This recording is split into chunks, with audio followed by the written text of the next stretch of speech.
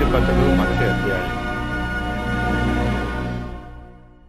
యెహోషువ మృతి నొందిన తరువాత ఇశ్రాయేలీయులు కనానీయులతో యుద్ధము చేయుటకు తమలోనెవరు ముందుగా వారి మీదికి పోవలసినది యెహోవా తెలియజేయునట్లు ప్రార్థన చేయగా, యెహోవా, ఆ దేశమును యూదా వంశస్థులకిచ్చియున్నాను, వారు పోవలనని సెలవిచ్చెను.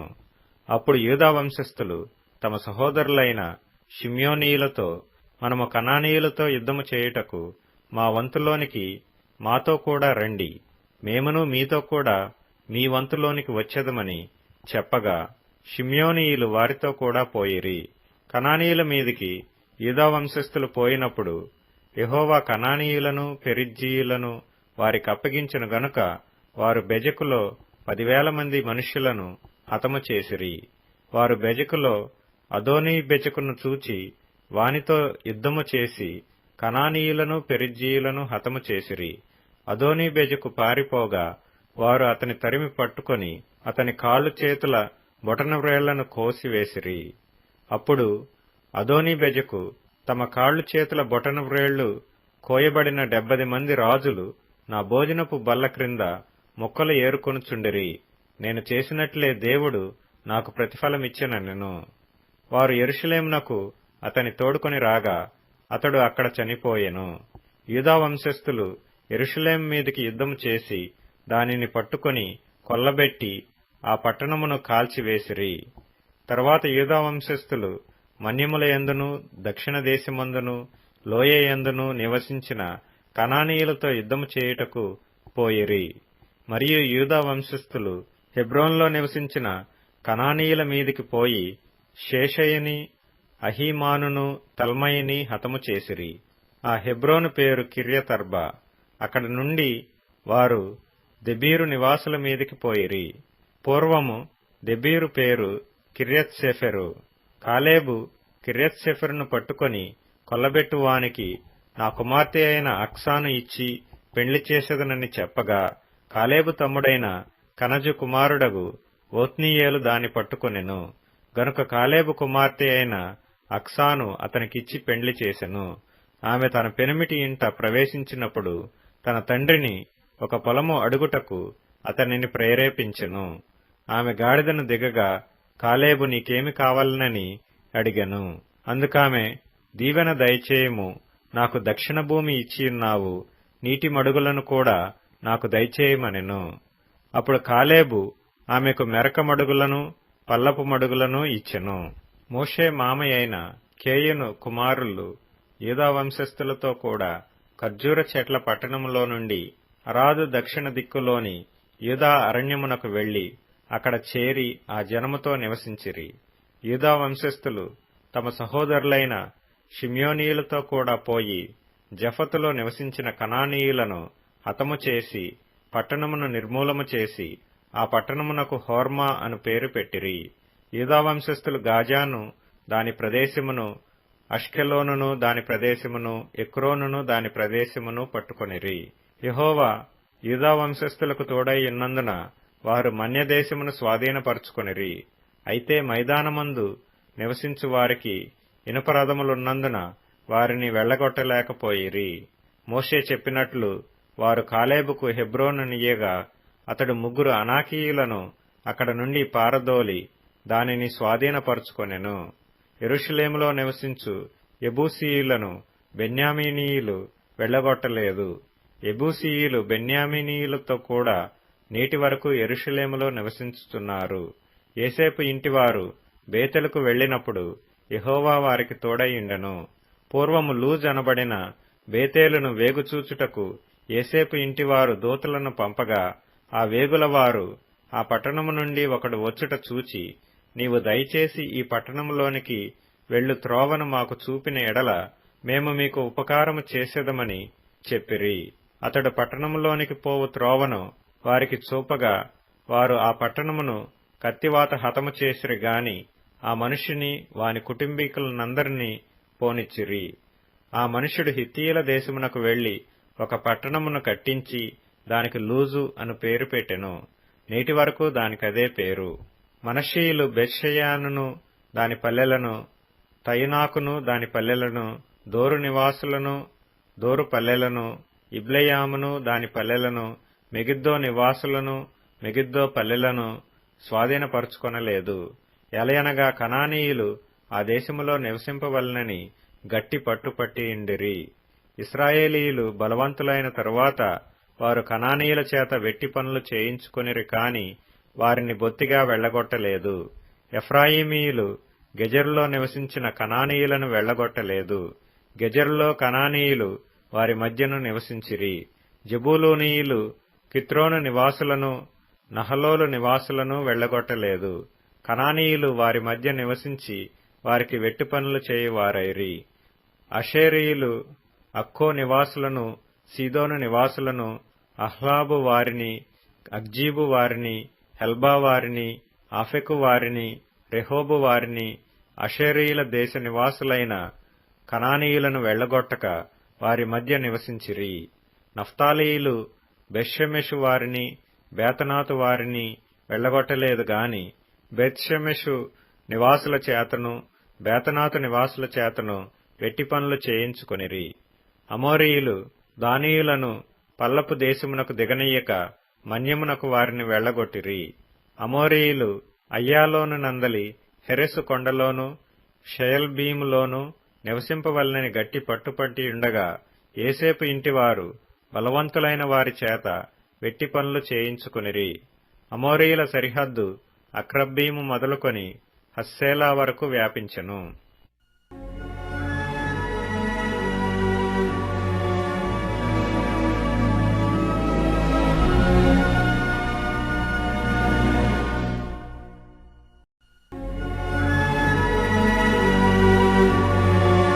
న్యాయాధిపతులు 2వ అధ్యాయం.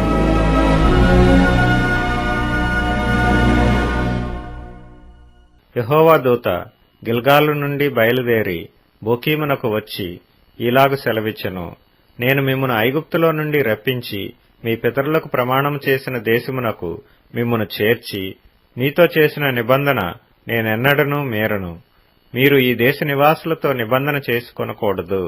వారి బలిపీఠములను విరగగొట్టవలనని ఆజ్ఞ ఇచ్చితిని గాని మీరు నా మాటను వినలేదు. మీరు చేసిన పని ఎట్టిది? కావున నేను మీ ఎదుట నుండి ఈ దేశ నివాసులను వెళ్లగొట్టను. వారు మీ ప్రక్కలకు శూలములుగా నుందురు. వారి దేవతలు మీకు ఉరిగా నుందురని చెప్పుచున్నాను.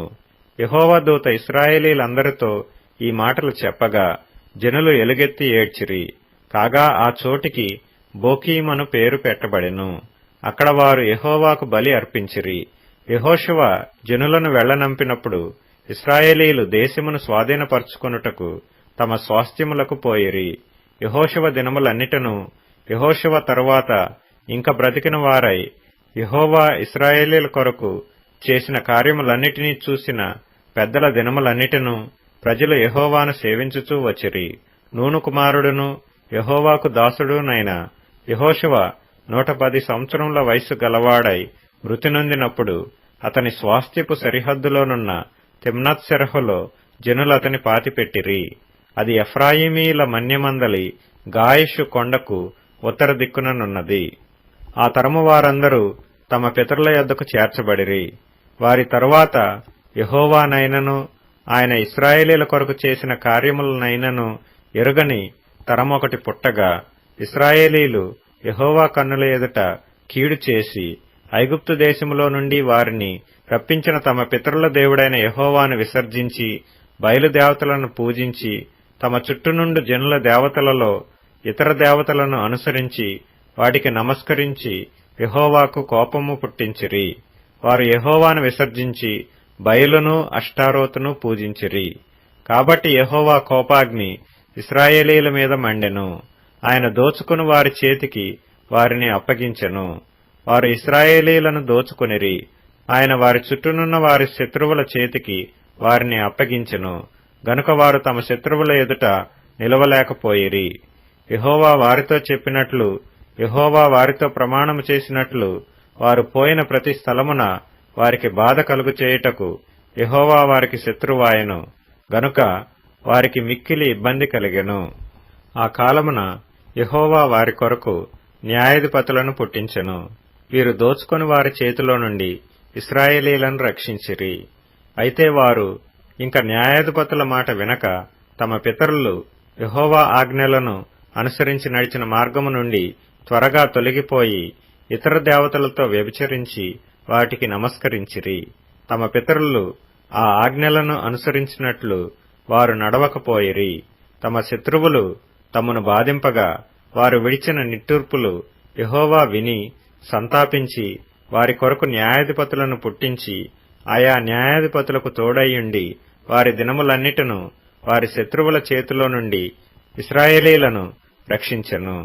ఒక్కొక్క న్యాయాధిపతి చనిపోగా వారు వెనుకకు తిరిగి ఇతర దేవతలను అనుసరించి పూజించుచూ వాటికి సాగిలపడుచు ఉండుట వలన తమ క్రియలలోనేమి తమ మూర్ఖ ప్రవర్తనలోనేమి దేనిని విడువక తమ పూర్వీకుల కంటే మరి మిగుల చెడ్డవారైరి.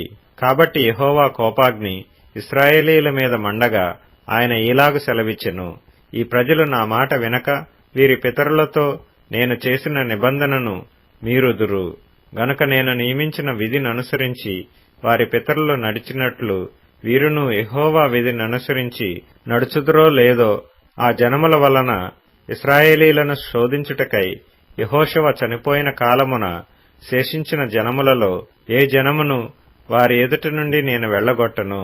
అందుకు యెహోవా ఆ జనములను యెహోషువ చేతికి అప్పగింపకయు శీఘ్రముగా వెళ్లగొట్టకయు మాని వారిని ఉండనిచ్చెను.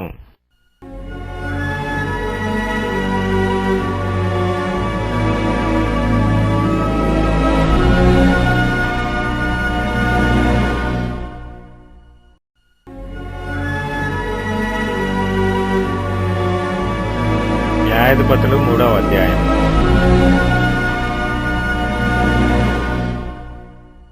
ఇశ్రాయేలీయులకును కనానీయులకును జరిగిన యుద్ధములన్నిటినీ చూడని వారందరినీ శోధించి ఇశ్రాయేలీయుల తరతరముల వారికి అనగా పూర్వము ఆ యుద్ధములను ఏమాత్రమును చూడని వారికి యుద్ధము చేయ నేర్పునట్లు యెహోవా ఉండనిచ్చిన జనములు ఇవి. ఫిలిష్తీయుల 5 సర్దారుల జనులను, కనానీయులందరును, సీదోనీయులను, బయల్హెర్మోను మొదలుకొని హమాతునకు పోవు మార్గము వరకు లెబానోను కొండలో నివసించు హివ్వీయులను యెహోవా మోషే ద్వారా తమ తండ్రులకిచ్చిన ఆజ్ఞలను వారు అనుసరింతురో లేదో తెలుసుకొనున్నట్లు ఇశ్రాయేలీయులను పరిశోధించుటకై ఆ జనములను ఉండనిచ్చెను.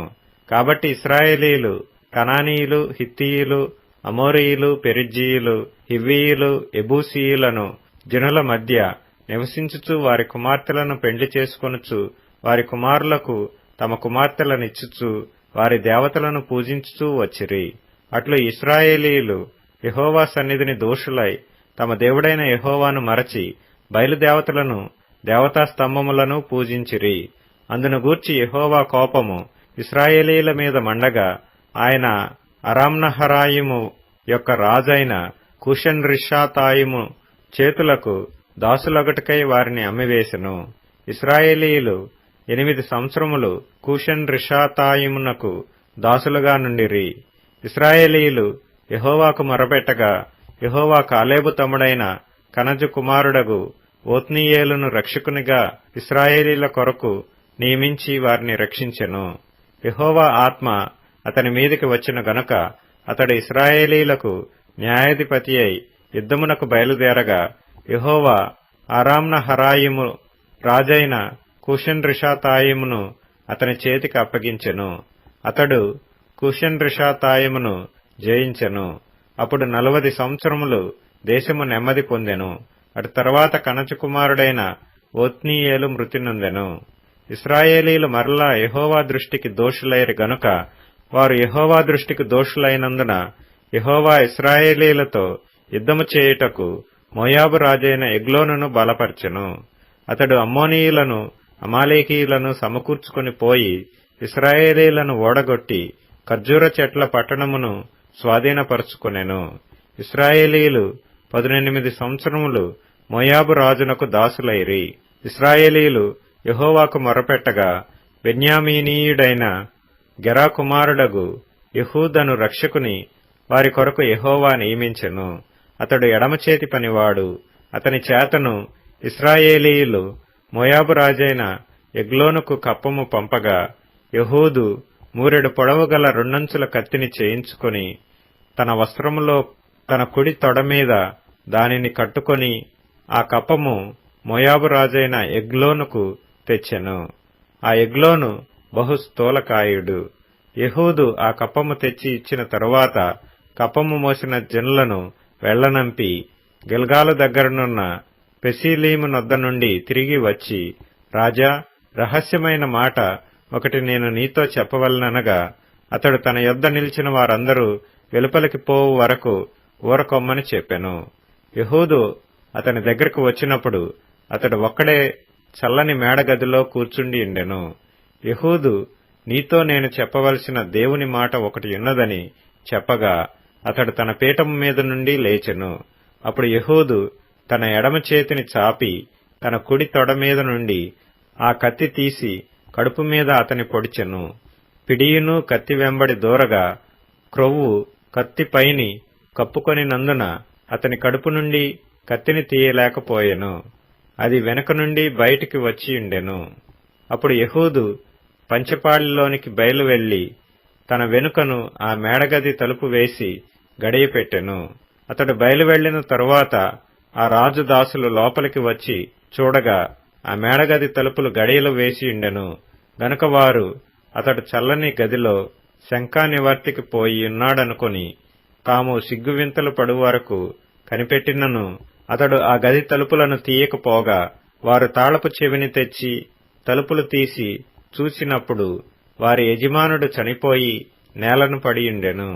వారు తడవ చేయుచుండగా యెహూదు తప్పించుకొని పెసీలీమును దాటి సెయ్యూరాకు పారిపోయెను. అతడు వచ్చి ఎఫ్రాయిమీల కొండలో బూరను ఊదగా ఇశ్రాయేలీయులు మన్యప్రదేశము నుండి దిగి అతని యొద్దకు వచ్చిరి. అతడు వారికి ముందుగా సాగి వారితో, నా వెంబడి త్వరగా రండి, మీ శత్రువులైన మోయాబీయులను యెహోవా మీ చేతికి అప్పగించుచున్నాడనెను.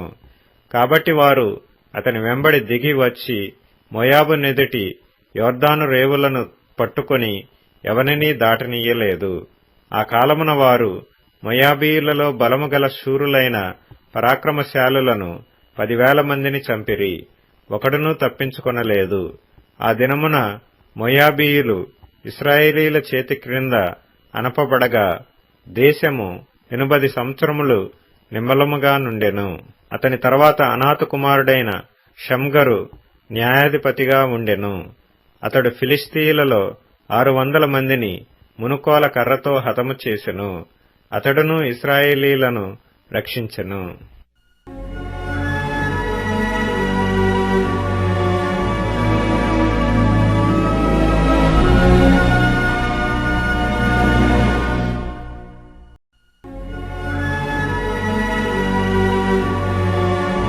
న్యాయాధిపతులు 4వ అధ్యాయం.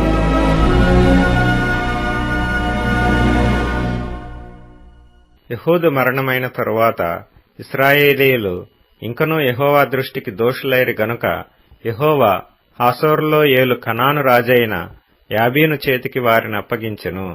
అతని సేనాధిపతి అన్యుల హరోషెతులో నివసించిన సీసెరా. అతనికి 900 ఇనుప రథములుండెను. అతడు 20 సంవత్సరములు ఇశ్రాయేలీయులను కఠినమైన బాధ పెట్టగా ఇశ్రాయేలీయులు యెహోవాకు మొరపెట్టిరి.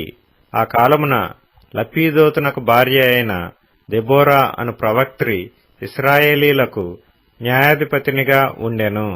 ఆమె ఎఫ్రాయిమీల మన్యమందలి రామాకును బేతెలుకును మధ్యనున్న దెబోరా సరళ వృక్షము క్రింద తీర్పుకై కూర్చుండుట కద్దు. తీర్పు చేయుటకై ఇశ్రాయేలీయులు ఆమె యొద్దకు వచ్చుచుండిరి.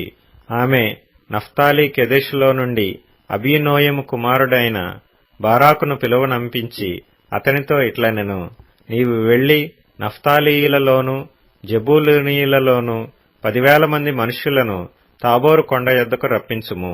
నేను నీ దగ్గరకు యాబీను సేనాధిపతి అయిన సీసెరాను అతని రథములను అతని సైన్యమును కీషోను ఏటి యొద్దకు కూర్చి నీ చేతికి అతనిని అప్పగించదనని ఇశ్రాయేలీల దేవుడైన యెహోవా సెలవిచ్చి ఉండలేదా అని దెబోరా చెప్పగా, బారాకు, నీవు నాతో కూడా వచ్చిన ఎడల నేను వెళ్లెదను గాని నీవు నాతో కూడా రాని ఎడల నేను వెళ్లనని ఆమెతో చెప్పెను. అప్పుడు ఆమె, నీతో నేను అగత్యముగా వచ్చెదను, అయితే నీవు చేయి ప్రయాణము వలన నీకు ఘనత కలగదు. యెహోవా ఒక స్త్రీ చేతికి సీసెరాను అప్పగించునని చెప్పి తాను లేచి బారాకుతో కూడా కేదెషునకు వెళ్ళెను. బారాకు జెబూలూనీయులను నఫ్తాలీయులను కెదెషునకు పిలిపించినప్పుడు 10,000 మంది మనుష్యులు అతని వెంట వెళ్ళిరి. దెబోరాయు అతనితో కూడా పోయెను. అంతకులోగా కయూనీయుడైన హెబెరు మోషే మామయ్యైన హోబాబు సంతతి వారైన కనానీయుల నుండి వేరుపడి కెదెషునొద్దనున్న జయనన్నీములోని మస్తకి వృక్షమునొద్ద తన గుడారమును వేసుకుని ఉండెను. అబీనోయము కుమారుడైన బారాకు తాబోరు కొండమీదికి పోయినని సీసెరాకు తెలుపబడినప్పుడు సీసెరా తన రథములన్నిటినీ, తన 900 ఇనుప రథములను అన్యుల హరోషెతు నుండి కీషోను వాగు వరకు తన పక్షముగానున్న సమస్త జనమును పిలిపింపగా, దెబోరా, లెమ్ము, యెహోవా సీసెరాను నీ చేతికి అప్పగించిన దినము ఇదే, యెహోవా నీకు ముందుగా బయలుదేరును గదా అని బారాకుతో చెప్పినప్పుడు, బారాకు ఆ 10,000 మంది మనుషులను వెంటబెట్టుకుని తాబోరు కొండ మీద నుండి దిగి వచ్చెను. బారాకు వారిని హతము చేయనట్లు యెహోవా సీసెరాను అతని రథములన్నిటినీ అతని సర్వసేనను కలవరపరచగా సీసెరా తన రథము దిగి కాలినడకను పారిపోయెను. బారాకు ఆ రథములను సేనను అన్యుల హరోషెతు వరకు తరమగా సీసెరా యొక్క సర్వసేనయు కత్తివాత కూలెను. ఒక్కడైనను మిగిలియుండలేదు. హసోరు రాజైన యాబీనుకును కయూనీయుడైన హెబెరు వంశస్థులకును సమాధానము కలిగియుండెను గనుక సీసెరా కాలినడకను కయూనీయుడగు హెబెరు భార్య అయిన యాయేలు గుడారమునకు పారిపోయెను. అప్పుడు యాయేలు సీసెరాను ఎదుర్కొనబోయి అతనిని చూచి, నా ఏలినవాడా, నా తట్టు తిరుగుము, భయపడకుమని చెప్పినందున అతడు ఆమె గుడారమును జొచ్చెను. ఆమె గొంగళితో అతనికి అప్పగా అతడు దప్పికొనియున్నాను, దయచేసి దాహమునకు కొంచెము నీళ్లిమ్మని ఆమెనడిగెను. ఆమె ఒక పాలబుడ్డి విప్పి అతనికి దాహమిచ్చి అతని కప్పుచుండగా అతడు, గుడారపు ద్వారమున నిలిచియుండుము, ఎవడే కాని లోపలికి వచ్చి ఇక్కడ నెవడైననున్నాడా అని నిన్నడిగిన ఎడల నీవు ఎవడనూ లేడని చెప్పవలెనెను. పిమ్మట హెబెరు భార్య అయిన యాయేలు గుడారపు మేకు తీసుకొని సుత్తె చేత పట్టుకుని అతని యొద్దకు మెల్లగా వచ్చి అతనికి అలసట చేత గాఢ నిద్ర కలిగి ఉండగా నేలకు దిగునట్లు ఆ మేకును అతని కణతలలో దిగగొట్టగా అతడు చచ్చెను. బారాకు సీసెరాను తరుముచుండగా యాయేలు అతనిని ఎదుర్కొన వచ్చి, రమ్ము, నీవు వెదుకుతున్న మనిషిని నీకు చూపించదనగా అతడు వచ్చినప్పుడు సీసెరా చచ్చిపడియుండెను. ఆ మేకు అతని కణతలలో నుండెను. ఆ దినమున దేవుడు ఇశ్రాయేలీల ఎదుట కనాను రాజైన యాబీనును అణిచెను. తరువాత వారు కనాను రాజైన యాబీనును సంహరించు వరకు ఇశ్రాయేలీల చెయ్యి కనాను రాజైన యాబీనుకు విరోధముగా అంతకంతకు హెచ్చుచూ వచ్చెను.